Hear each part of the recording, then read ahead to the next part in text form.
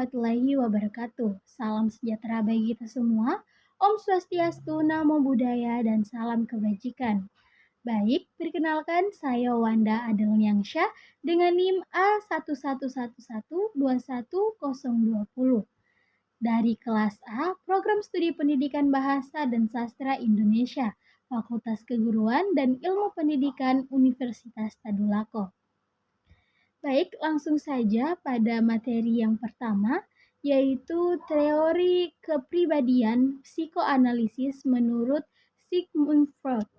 Psikoanalisis adalah cabang ilmu yang dikembangkan oleh Sigmund Freud dan para pengikutnya sebagai studi fungsi dan perilaku psikologis manusia. Dalam teori psikoanalisis, kepribadian dipandang sebagai suatu struktur yang terdiri dari 3 unsur, yakni ID, ego, dan superego. Ketiga sistem kepribadian ini satu sama lain saling berkaitan, serta membentuk suatu totalitas. Yang pertama ada ID. ID adalah sistem kepribadian yang paling dasar, yang di dalamnya terdapat naluri-naluri bawaan. Untuk sistem yang lainnya, ID adalah sistem yang bertindak sebagai penyedia atau penyalur energi yang dibutuhkan oleh sistem-sistem tersebut untuk operasi-operasi atau kegiatan yang dilakukannya. Dalam menjalankan fungsi dan operasinya, ID bertujuan untuk menghindari keadaan tidak menyenangkan dan mencapai keadaan yang menyenangkan. Yang kedua ada ego. Ego adalah sistem kepribadian yang bertindak sebagai pengaruh individu kepada dunia objek tentang kenyataan dan menjalankan fungsinya berdasarkan prinsip kenyataan. Ego terbentuk pada suatu struktur kepribadian individu sebagai hasil kontak dengan dunia luar. Adapun proses yang dimiliki dan dijalankan ego adalah upaya untuk memuaskan kebutuhan atau mengurangi tegangan oleh individu. Yang ketiga ada superego. Superego adalah sistem kepribadian yang berisikan nilai-nilai dan aturan yang sifatnya evaluatif atau menyangkut baik atau buruk. Adapun fungsi utama dari superego adalah yang pertama adalah sebagai pengendali. Maksudnya sebagai pengendali dari dorongan-dorongan atau impuls-impuls naluri ID agar impuls-impuls tersebut disalurkan dalam cara atau bentuk yang dapat diterima oleh masyarakat. Yang kedua adalah mengarahkan ego pada tujuan-tujuan yang sesuai dengan moral daripada dengan kenyataan. Yang ketiga adalah mendorong individu kepada kesempurnaan. Selain itu, Freud juga menyatakan bahwa gagasan energi fisik bisa diubah menjadi energi psikis dan sebaliknya. Yang menjembatani energi fisik dengan kepribadian adalah ID dengan naluri-nalurinya atau insting. Yang pertama adalah insting, yang kedua macam-macam insting, yang ketiga penyaluran dan penggunaan energi psikis, yang keempat kecemasan, yang kelima mekanisme pertahanan ego yang dapat diuraikan menjadi 7 macam mekanisme pertahanan ego, yaitu yang pertama identifikasi, displacement, represi, fiksasi dan regresi, proyeksi, introyeksi, pembentukan reaksi, dan pembentukan reaksi.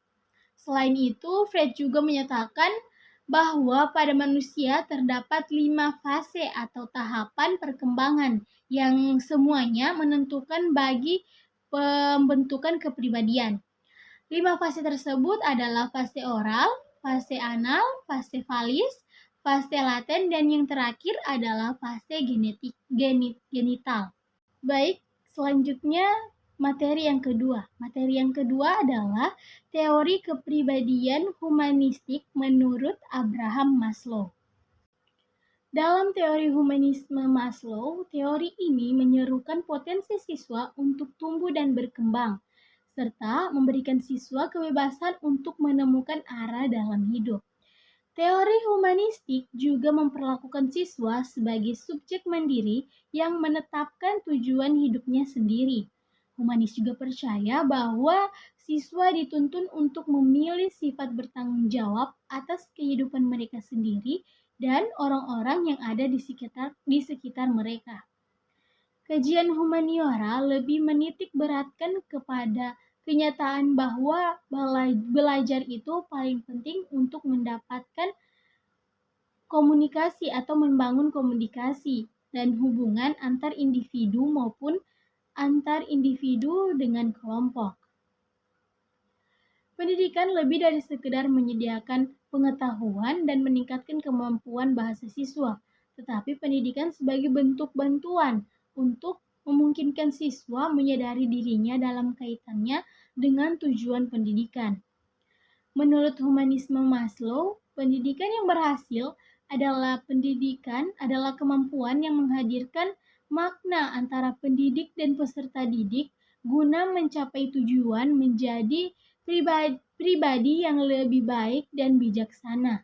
Artinya, guru harus menuntut siswa untuk menerima pendidikan karakter.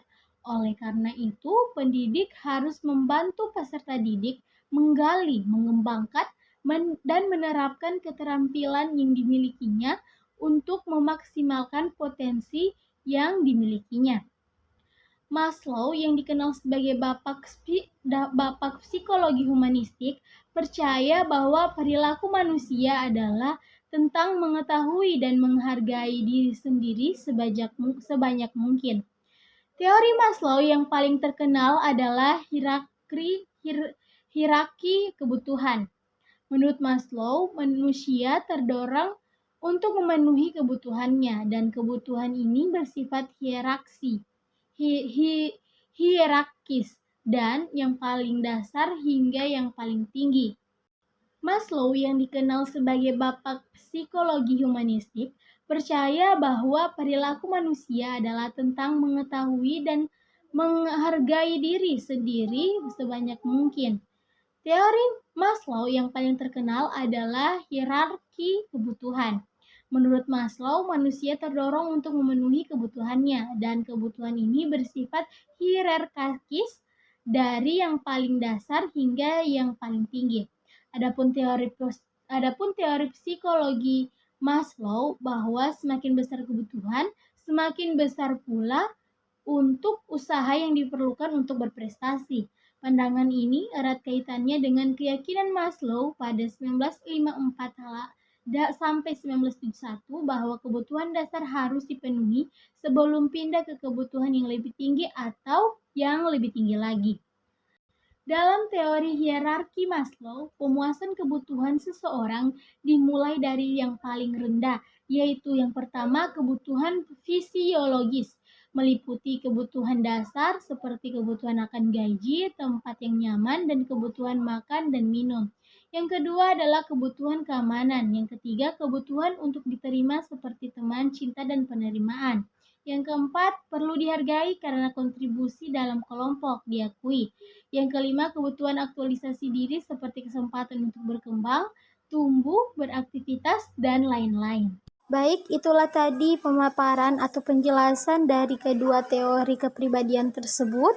Untuk itu, saya memohon maaf yang sebesar-besarnya apabila ada kesalahan baik yang disengaja maupun yang tidak disengaja. Wabillahi taufiq wal hidayah. Wassalamualaikum warahmatullahi wabarakatuh.